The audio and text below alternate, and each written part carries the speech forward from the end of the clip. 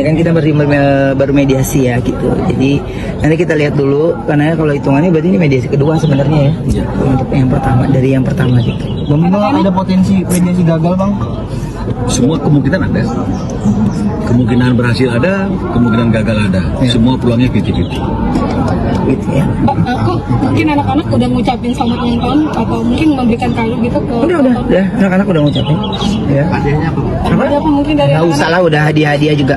Nggak usah Ulang tahunnya itu, kesekian masa masih hadiah ya. Udah. Ini kan ada apa? Dapat kado dari anak-anak kok intinya kok. Doa. Yang paling penting mah doa, saya nggak tungguin itunya sih, tungguinnya adalah bisa bersama mereka aja. Gitu sih. Ya. Oke, terima kasih banyak. udah selesai ngantor dong.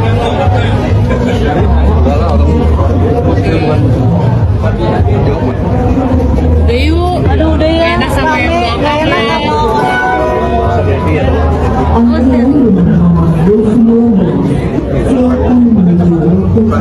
Oke, kasih jalan ya.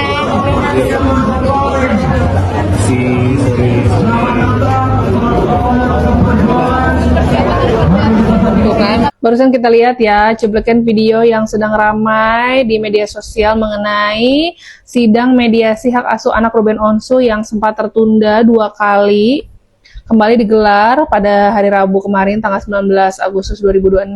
Ruben Onsu tiba di Pengadilan Negeri Jakarta Selatan bersama pengacaranya Minola Sebayang ya.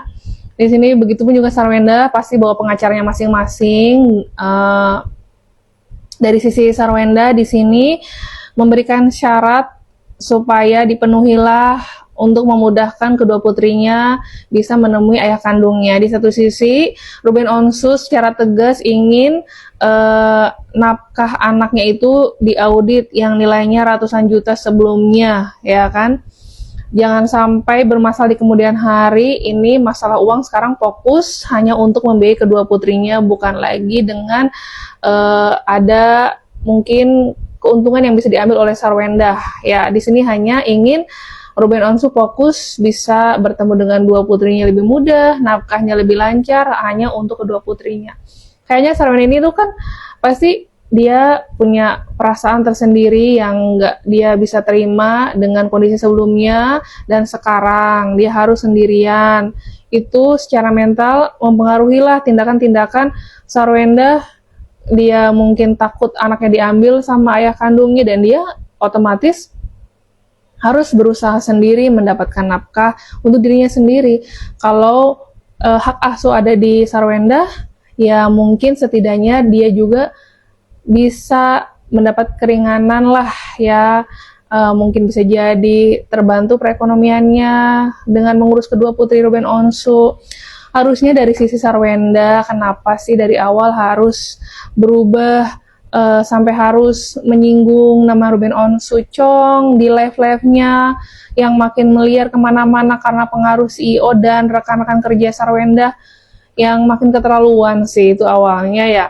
Dan Sarwenda tuh apa sulitnya sih dia redam ego, tinggal ikutin aturan dari Ruben Onsu atau pengadilan sebelumnya dengan nominal yang memang sudah ditentukan sebenarnya. Tapi Sarwenda itu melebar kemana-mana supaya dia dari sisi nafkah dan lain-lain tetap mendapatkan keuntungan, ya kan?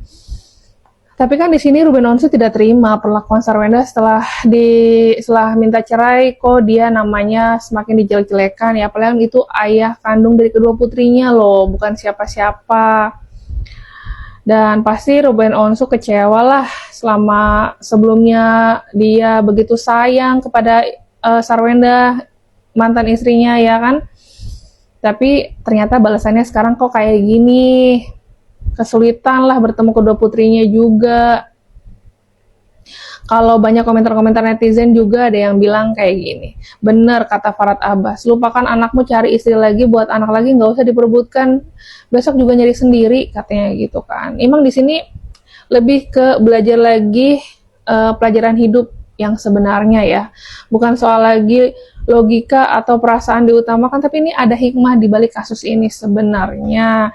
Kita lanjut lagi dengan hasil kemarin mediasi Minola Sebayang. Katanya sih gagal ya. Kenapa bisa mediasi Ruben Onsu dan Sarwenda ini gagal? Ya pasti sama-sama ngotot, kedua belah pihak ini masih sama-sama keras. Nggak akan ada jalan keluarnya, baik dari Sarwenda minta syarat tambahan, baik dari Ruben Onsu minta diaudit. Ya sama-sama tersinggung satu sama lain. Kita dengar langsung penjelasan dari Minola Sebayang ya. Jadi seperti yang sudah saya sampaikan tentang peluang berhasilnya 50%, gagalnya 50%. Jadi tadi secara resmi dinyatakan bahwa mediasi gagal.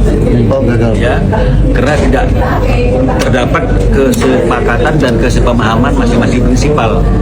Jadi oleh karena itu proses selanjutnya adalah proses pemeriksaan gugatan dalam persidangan di perkara pokoknya. Kan tadi saya sudah bilang bahwa kegagalan itu karena tidak ada kesepemahaman. Ya, salah satunya misalnya ya, kita tetap berpegangan kepada Akta 39 ya, yang dengan jelas, lugas, tegas menyatakan bahwa memang Ruben itu memiliki hak untuk berkumpul tiap minggu bersama dengan anak-anak 2-3 hari tanpa syarat ya.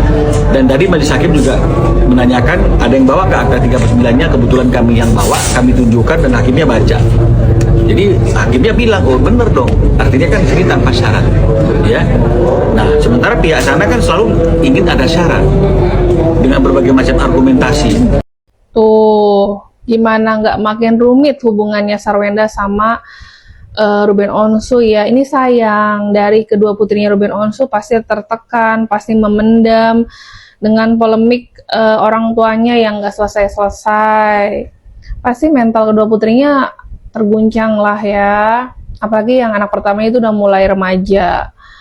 Dan yang kedua, Tania jadi makin jauh sama ayahnya karena pengaruh sana-sini. Namanya anak-anak bisa dipengaruhi lingkungan tuh di usia-usia rentan sekarang itu. Dan lanjut di sini ada lagi balasan dong dari pengacaranya Sarwenda, ya kan?